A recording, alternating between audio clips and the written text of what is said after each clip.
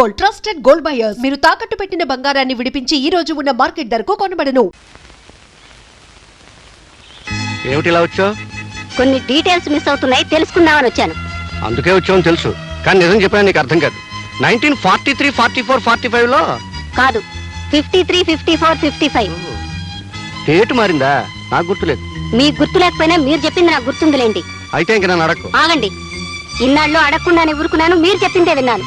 కానీ ఈ రోజు చెప్పడానికి కూడా మొహం చెల్ల నిజాలు నా కొడుకుని కోడల్ని వేరు చేస్తుంటే మాత్రం భరించలేకపోతున్నారు. నా కళ్ళల్లోకి సూటిగా చూసి నిజం చెప్పండి.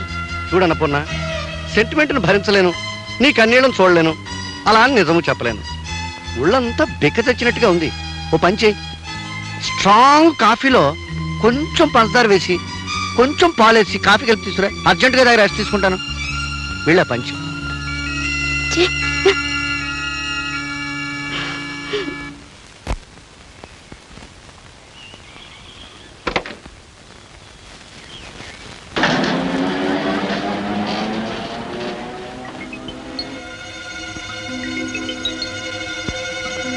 పరాయి స్త్రీ విషయంలో భర్త ఎంత అడిగినా నిజం చెప్పనప్పుడు అనుమానించడం కన్నా అతనికి తెలియకుండా అనుసరించి అసలు విషయం తెలుసుకోవాలి. ఏం చిన్నమ్మాయి గారు, నేను మార్కెట్కి వెళ్తున్నాను, అత్తతో చెప్పు. ఏ మార్కెట్ కని చెప్పనండి? కూరగాయల మార్కెట్ గా, చేపల మార్కెట్ గా, సూపర్ మార్కెట్ గా, ఏదో ఒక మార్కెట్ చెప్పించాయి.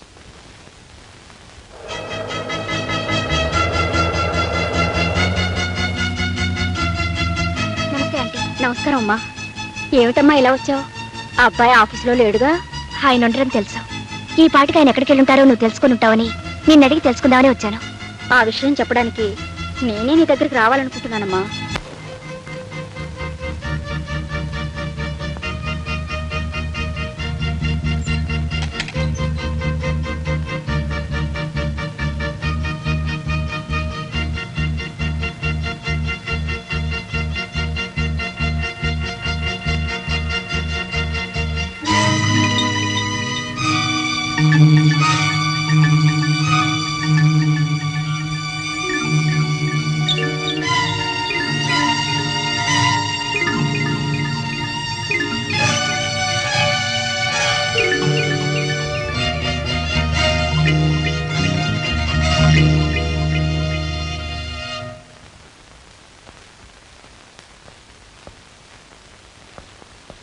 రే ఆగరా, నీకోసం మేమంతా ఇక్కడ ఎదురు చూస్తూ కూర్చుంటే ఏ పట్టడు లోపలికి వెళ్తావే? నిలబడక్కడ. మీరు అడగదలసింది ఏమిటో నాకు అర్థమైంది, కానీ నేను చెప్పాల్సింది ఏమీ లేదు. ఎందుకు లేదు బాబు, చాలా ఉంది. కట్టుకున్న భార్యకి అన్యాయం చేసి ఉంచుకున్న దాంతో ఊరేగుతుంటే చూస్తూ ఊరుకోమంటావా? అత్తయ్య, ఏ మేము విన్నది అబద్ధమా? నీ భార్య కళ్ళారా చూసింది అబద్ధమా? లక్ష్మికి నీకు ఏ సంబంధం లేకపోతే దాన్ని తీసుకొచ్చి మరో ఇంట్లో కాపురం ఎందుకు పెట్టావు? ఏమిట్రా ఇది? నువ్వెవరో అమ్మాయితో ఉంటున్నావని కళ్ళారా చూసిన దగ్గర నుంచి జయ ఏడుస్తూనే ఉంది. ఇల్లాన్ని ఉసిరిపెట్టి వెలయాలకి న్యాయం చేయాలనుకోవడం భావ్యం కాదు నాయనా. మీరందరూ అనుకుంటున్నట్టుగా లక్ష్మి వెరయాలు కాదు, నా స్నేహితురాలు, నాకు చెల్లి లాంటిది. ఆహా, చెల్లెలాంటిదనేనా? వేరే ఇల్లు తీస్తే అంత కులుకుతున్నారు? నార్మల్. ఎందుకు బాబు నోర్మేయటం? అదేమన్నా తప్పు మాటందా? అన్నయ్య గారు, మీ అబ్బాయి గారు తప్పుదో నడుస్తుంటే మందలించడం మానేసి మౌనంగా ఉండడం ఏం బాగోలేదు. అవును, మీరు మాట్లాడడం ఏమిటండి? ఏమిటే, వాడు చేసిన పనికి అందరూ నా మీద విరుచు పడిపోతున్నారు. మరి చూడరా, నువ్వు చేసిన వెదవ పనికి అందరూ నా మొహం మీద ప్యాండిల్ చల్లుతున్నారు. ఇంతకీ నేను చెప్పేదేం లేదు. ఎవరడిగినా నాదొక్కటే సమాధానం. లక్ష్మి నాకు చెల్లి లాంటిదన్న విషయం నాన్నకు బాగా తెలుసు. ఏ నాన్న, నీకు తెలుసు కదా? మొహం మీద మొహం పెట్టాడకు, యూసెస్ ఫెలో. తెలుసు. తెలిసిన నిజాన్ని నువ్వు దాచినంత కాలం ఈ సమస్యకి పరిష్కారం దొరకదు, ఈ ఇంట్లో అశాంతి తొలగదు. చెప్పు నాన్న, ఆ లక్ష్మి ఎవరో వీళ్ళందరికీ అర్థమయ్యేటట్టుగా ఇప్పుడైనా చెప్పు. చెప్తాను. ఇంత జరిగిన తర్వాత చెప్పకపోవడం న్యాయం కాదు. ఆ లక్ష్మి ఉత్తమురాలు, గుణవంతురాలు, విద్యావంతురాలు, పేదపిల్ల. మన ఆఫీసులో స్టెనో. ఇంతకంటే డీటెయిల్స్ నాకు తెలియదు. మేము అడుగుతుంది ఆ పిల్ల తాలూకు గుణగణాలు కాదండి, ఆ పిల్ల వెడికి చెల్లెల్లాంటి బంధువు ఎలా అయింది అని. కరెక్ట్. ఆ విషయం చెప్తే అసలు ఈ గొడవే ఉండదు. చెప్పు నాన్న. చెప్తాను రా, చెప్తాను, కానీ ఇప్పుడు చెప్పను. కాదు, ఇప్పుడు చెప్పాలి. చెప్పకపోతే నేను ఊరుకోను. సరే, మీరంతా బాధపడుతున్నారు కనుక నీ బాధను దృష్టిలో పెట్టుకుని 100కి 100 పైసలు నిజాన్ని చెప్తాను. లక్ష్మి వీడి చెల్లెలు ఎలా అయిందంటే, మంచి మనసుతో వీడి చెల్లెలాగా భావిస్తున్నాడు కనుక. వదిలి గారు, అబ్బాయి గారు చేస్తున్నది అన్నయ్య గారు చెబుతున్నది చూస్తుంటే ఈ భాగవతం ఏదో అన్నయ్య గారికి తెలిసే చేస్తున్నట్టుంది. మందలించవలసిన పెద్దవాళ్ళే అలా చెబుతుంటే ఈ గొడవ ఇక్కడ తేలదని తెలిసిపోయింది. ఆఖరి మాట అడుగుతున్నాను, ఆ లక్ష్మిని వదిలేస్తావా లేదా? మీ నిందలకు జడిసి లక్ష్మి జీవితానికి అన్యాయం చేయలేను. అంటే నాకు అన్యాయం చేస్తారా? చేస్తారన్నమాట. భార్యగా నీకు చేయవలసిన న్యాయం నీకు చేస్తాను. అర్థమైందా వదిన గారు? మీ అబ్బాయి గారు దాన్ని వదలని అంత ఖచ్చితంగా మాట్లాడుతుంటే ఇక నా కూతురు ఇక్కడ ఉండడం అనవసరం. పదవే. వదిన గారు తొందరపడకండి. జయ తీసుకెళ్తే తీసుకెళ్ళేమ్మా. నన్ను అర్థం చేసుకోలేని మనిషి నాకు భారీగా ఇక్కడ ఉండటం కంటే మీ ఇంట్లో మీ కూతురుగా ఉంటాం మంచిది. తీసుకెళ్ళండి. తీసుకెళ్తాను, తీసుకెళ్తాను. ఈ గొడవని ఎలా గట్టుకు చేర్చాలో నాకు బాగా తెలుసు. పదవే. వదిన గారు నా మాట వినండి. ఒక్క పూట రేపవండి. అబ్బాయితో ఇప్పుడు ఎంత మాట్లాడతాను. నచ్చ చెప్పారో నా కంటితో చూస్తూనే ఉన్నానుగా. నా పిల్లకేం గతిలేక మీ ఇంటికి రాలేదు. కూర్చోవే, మాట్లాడుకున్నాను. వదిన గారు పెళ్ళం కావాలంటే మీ అబ్బాయిని మా ఇంటికి పంపించండి. అత్తయ్య జయ అత్తయ్య జయ అసలు ఎల్లరంతా మీ వల్లే వచ్చింది. ఇదండి వరస. తల్లి కూతురుని తీసుకెళ్ళింది, కొడుకు కోడలు పొమ్మన్నాడు, పెళ్ళం వచ్చి మొగుడు తిడుతోంది. నేనేం చేశానే? ఏం చేశారా? ఆ లక్ష్మి తన చెల్లెలు లాంటిదని మన అబ్బాయి చెప్తూ మిమ్మల్ని సాక్ష్యం వేసుకుంటే మీరెందుకు నీళ్ళట్టు? డీటెయిల్స్ తెలియక. తెలీదు. మీదంతా నటన. ఆ లక్ష్మి ఎవరో వాళ్ళకి చెప్పకపోయినా మీరు చెప్పిన మాట నాకు గుర్తుందిలేండి. 1953లో మీరు చేసిన పాపం రూపమే ఆ లక్ష్మి పేరుతో బ్రతుకుతోంది. చెప్పండి, మీకు పుణ్యం ఉంటుంది. చెప్పండి. అమ్మా, పుణ్యం అంటే జ్ఞాపకం వచ్చింది.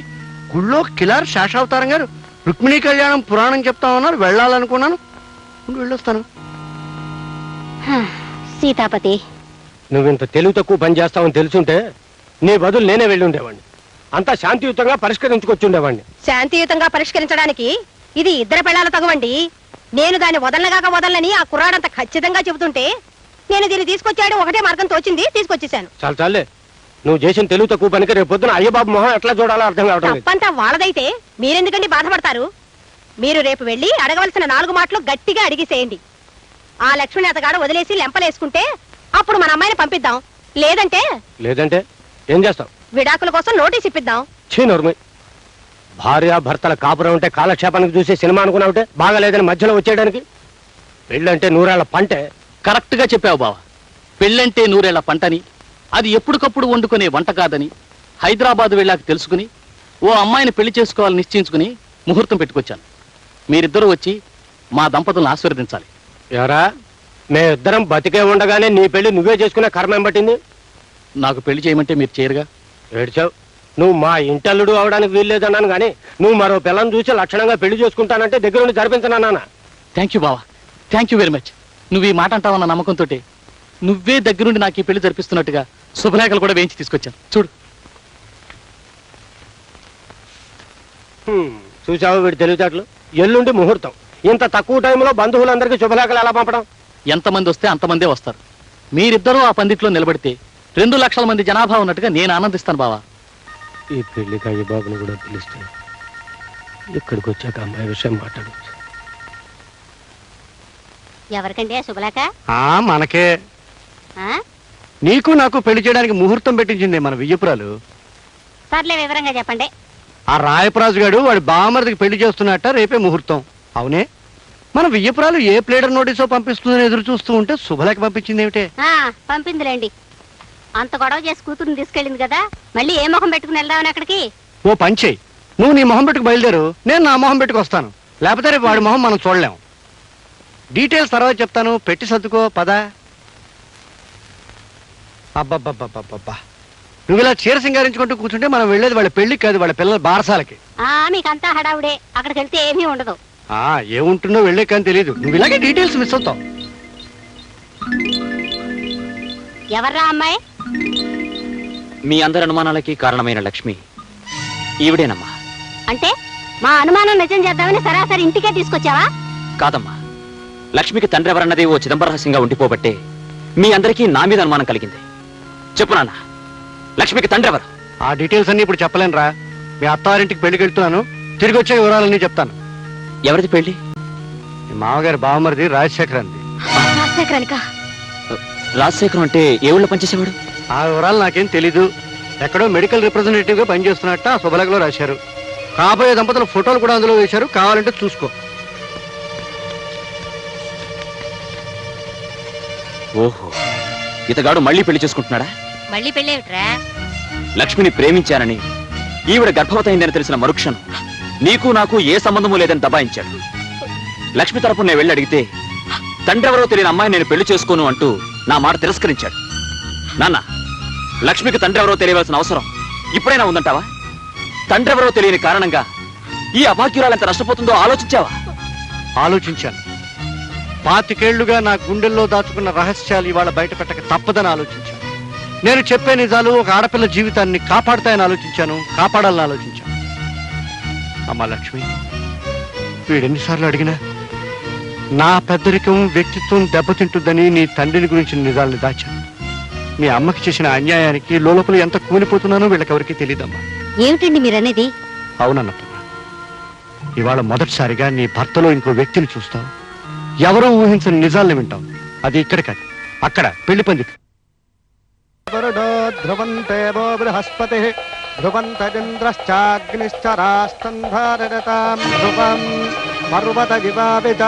రాయి బామర్తికి పెళ్లి చేసుకున్నావా? Useless fellow. ఈ పెళ్ళ మాట ఏం చేస్తావరా? చెప్పు, సమాధానం చెప్పు. శేఖర్, ఈ జన్మలో నీకు పెళ్ళంటూ జరిగితే ఈ లక్ష్మితోనే జరగాలి, లేకపోతే అసలు ఈ పెళ్ళే జరగనివ్వ. అల్లుడు గారు, ఇది అన్యాయం. జరుగుతున్న పెళ్లిని ఆపేయమంట ఘోరం. అసలు ఈ అమ్మాయి ఎవరు? శేఖర్కి అమ్మాయికి సంబంధం ఏం చెప్తానండి? మన అమ్మాయి కాపురంలో నిప్పులు పోసింది ఈ మహాతల్లి. ఈవిడ ఉంచుకుని మన అల్లుడు గారు జైన్ ఇంటి నుండి వెళ్ళగొట్టారు. మన అల్లుడు గారు జైన్ ఇంటి నుండి వెళ్ళగొట్టారు.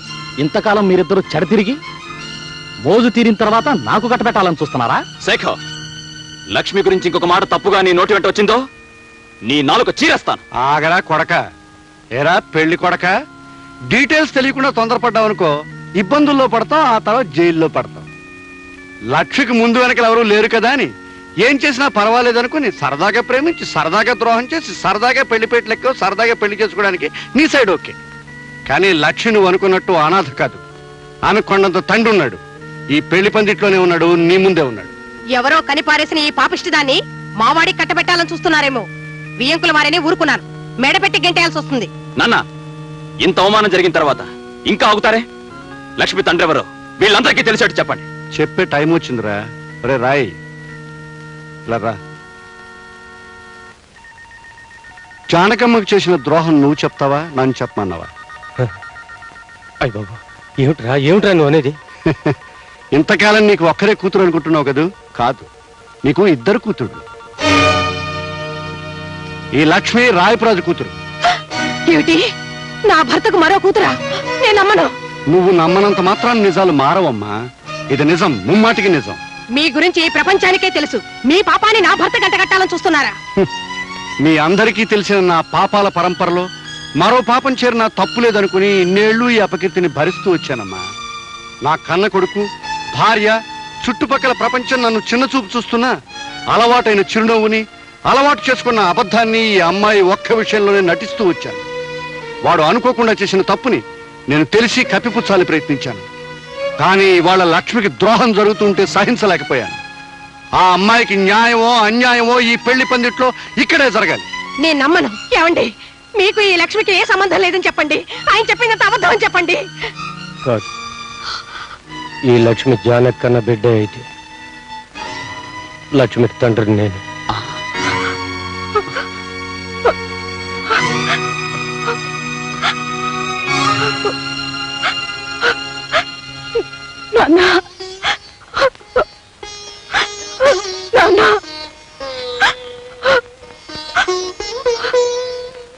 అమ్మ లక్ష్మి, నేనే నీ తండ్రినమ్మా. నీ జన్మకు బాధ్యుండే, నీ జీవితానికి బాధ్యత వహించే ధైర్యం లేక పారిపోయిన పిరికివాణ్ణమ్మా. నన్ను క్షమించు. అదే క్షమించినా నేను మాత్రం మిమ్మల్ని క్షమించను. అందుకేనే నిన్ను క్షమించమని అడగలేదు. ఈ మోసం మొత్తానికి కారణం నువ్వు. ప్రతి క్షణం సూత్రాలని, అనుమానాలని నన్ను వేధించుకు తినే నీ నుంచి దూరంగా పారిపోవడం కోసమే జానకి దగ్గరయ్యాను. జానకి గర్భవతిని తెలిసి కూడా నీకు భయపడే వీడి సహాయం కోరాను. వీడికి నేను చేసిన సహాయం ఒక ఆడదాన్ని మోసం చేయడం. అన్నపూర్ణ, 1952, 53, 54లో ఒక ఆడదాన్ని మోసం చేశాను చెప్పానే, అది ఇదే. ఒక ప్రాణమిత్రుడికి సహాయం చేయడం కోసం ఆ జానకమ్మ జీవితంలో తీరని కల్లోలం రేపాను. ఆ రోజు ఇప్పటికీ మర్చిపోలేను. నేను నమ్మను. నన్ను ఆయన దూరం చేసుకోవాలనుకున్నారా? దూరం చేసుకునే తెలివితేటలే ఉంటే ఇంత దూరం వచ్చేవాడే కాదు. అంటే ఓ ఆడపిల్ల జీవితాన్ని పాడు చేయాలని ఈ ఆలోచన మీదన్నమాట. ఓ మిత్రుడికి సహాయం చేసే ఆరాటం అంటే సరిపోతుంది. ఏమిటండి నేను నీకు చేసిన ద్రోహం? పెళ్లి చేసుకోవాలనుకోవడం? పెళ్ళైన మగాడిని పెళ్లి చేసుకోబోవడం, బిడ్డల తండ్రికి బిడ్డని కనబోవడం. ఏమిటి ఆయనకి ఇదివరకే? ఆ ప్రశ్నని ఇంత ఆలస్యంగా అతన్ని కాక మరొకరిని అడగవలసి రావడం, అది నువ్వు చేసిన నేరం. నన్నింత మోసం చేస్తారనుకోలేదు. వాడింత మోసపోతాడని నేను కూడా అనుకోలేదు. నువ్వు అతను మేలుకోరిన మనిషివైతే, వాడి పరువు నిలపాలన్న మనసున్నదానివైతే తక్షణం ఇక్కడి నుంచి వెళ్ళిపోవాలి. నేనిప్పుడు తల్లిని కాబోతున్నాను. నిన్ను వెళ్ళిపోమనడానికి అది మరో కారణం. బిడ్డకి తండ్రి కావాలి. ఆ తండ్రికి ఇప్పుడు పరువు కావాలి. అంటే నా చేతులతో నా జీవితాన్ని నన్నే నాశనం చేసుకోమంటారా? ధర కడితే చెల్లిస్తానంటున్నాను. ధర కట్టే గొప్పతనం మీకుండొచ్చు, కానీ అమ్ముడు పోయే దౌర్భాగ్యం నీచత్వం నాకు లేదు. అక్కర్లేదనే చోట బ్రతకడం కంటే ఎక్కడైనా గౌరవంగా అడుక్కు తింటూ బ్రతకగలను. వెళ్ళి ఈ మాట ఆయనతో చెప్పండి. ఆగండి. మీ స్నేహితుడిని కాపాడానని గర్వపడకండి. ఒక ఆడదాని జీవితం నాశనం కావడానికి కారణమయ్యానని సిగ్గుపడండి.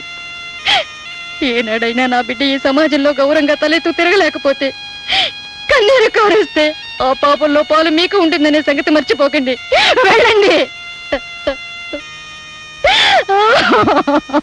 ఆ రాత్రే జానకమ్మ ఊరు వదిలి వెళ్ళిపోయింది. ఆమె తన జీవితానికి తీరని మచ్చవుతుందని భయపడ్డ వీడు పీడ వదిలిపోయిందని ఆనందించాడు. సంఘంలో కడిగిన ముత్యంలా ప్రకాశించాడు. కానీ ఆ జానకమ్మ ధైర్యంగా సంఘాన్ని ఎదిరించి నిలబడింది. తన కూతుర్ని కంటికి రెప్పలాగా పెంచుకుని పెద్ద చేసింది. ఏనాటి రుణం! నా కొడుకు లక్ష్మిని చెల్లెల్లాగా చూసుకుంటున్నాడని తెలిసి మనసులోనే ఎంతో ఆనందించాడు. మామ మోసం చేశాడు, తండ్రి నెత్తిని వేసుకున్నాడు, కానీ కొడుకు సరిదిద్దాలని ప్రయత్నం చేశాడు. ఇవాళ ఆ ప్రయత్నం ఫలించబోతుంది. శేఖర్, నువ్వు నాకు అల్లుడు కావాలని కోరుకున్నావు, కానీ మీకు తెలియకుండానే ఆ భగవంతుడు మీ ఇద్దరిని కలిపాడు. ఇప్పటికైనా మించిపోయింది లేదు. లక్ష్మిని స్వీకరించు. బావా, నేను కోరుకున్నది నీ చేతుల మీదుగా నా పెళ్లి జరగాలి. నీ మాట ఎప్పుడు కాదన్నాను చెప్పు.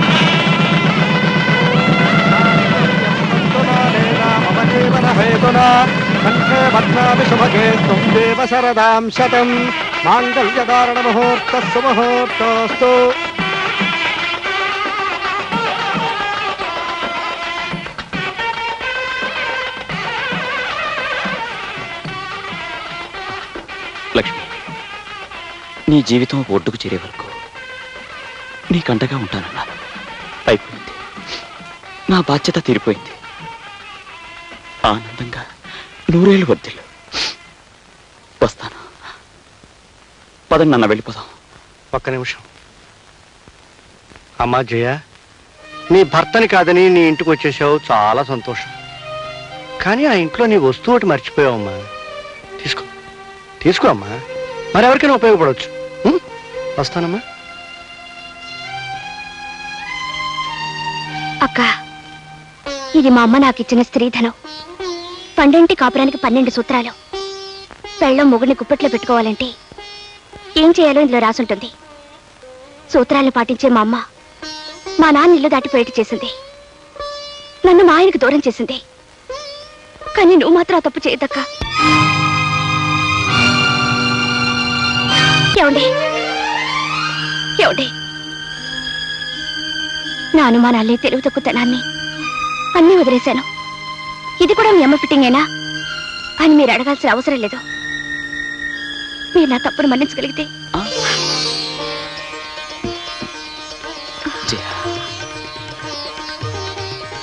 జయ, పెళ్ళైన తర్వాత మనం హనీమూన్కి వెళ్ళలేదు కదా. ఇప్పుడే వెళ్ళిపోతే ఎలా ఉంటుంది? బాగుంటుంది. అలాగే తిరుపతి కూడా వెళ్దాం. నేనే కొండ మీదకి సామాను మోసుకొస్తానులే. 1952, 53, 54లో మర్యాద నీ బాబుని పక్కన ఉన్నాను రా. 1952, 53, 54లో నాకు మీ అమ్మకి మధ్య డీటెయిల్స్ మిస్ అయ్యి హనీమూన్కి వెళ్ళడం ఆలస్యమైంది. మీరు మాత్రం డీటెయిల్స్ మిస్ అవ్వద్దు. చలో honeymoon. And for more videos, please subscribe to iDream. Please subscribe to iDream. Please subscribe iDream. And please subscribe to iDream. For more videos, subscribe to iDream. please like, share and subscribe to the channel. Congratulations, iDream. Subscribe to iDream. Subscribe to iDream. So subscribe to iDream Media. iDream team అందరికి huge congratulations. Please subscribe iDream Media. Please subscribe to iDream. Subscribe iDream. Please subscribe to iDream. iDream అంటే నా కళల ఛానల్ను subscribe చేసుకున్న నోరు తిరుగుతలేదు. మీరైతే గంట గుర్తు కొట్టండి. For more such videos, please subscribe to iDream. Subscribe to iDream. Please subscribe to iDream. Please subscribe iDream media. Please do subscribe to iDream. Please subscribe to iDream media. For best entertainment and information, please subscribe iDream. And don't forget to subscribe to iDream.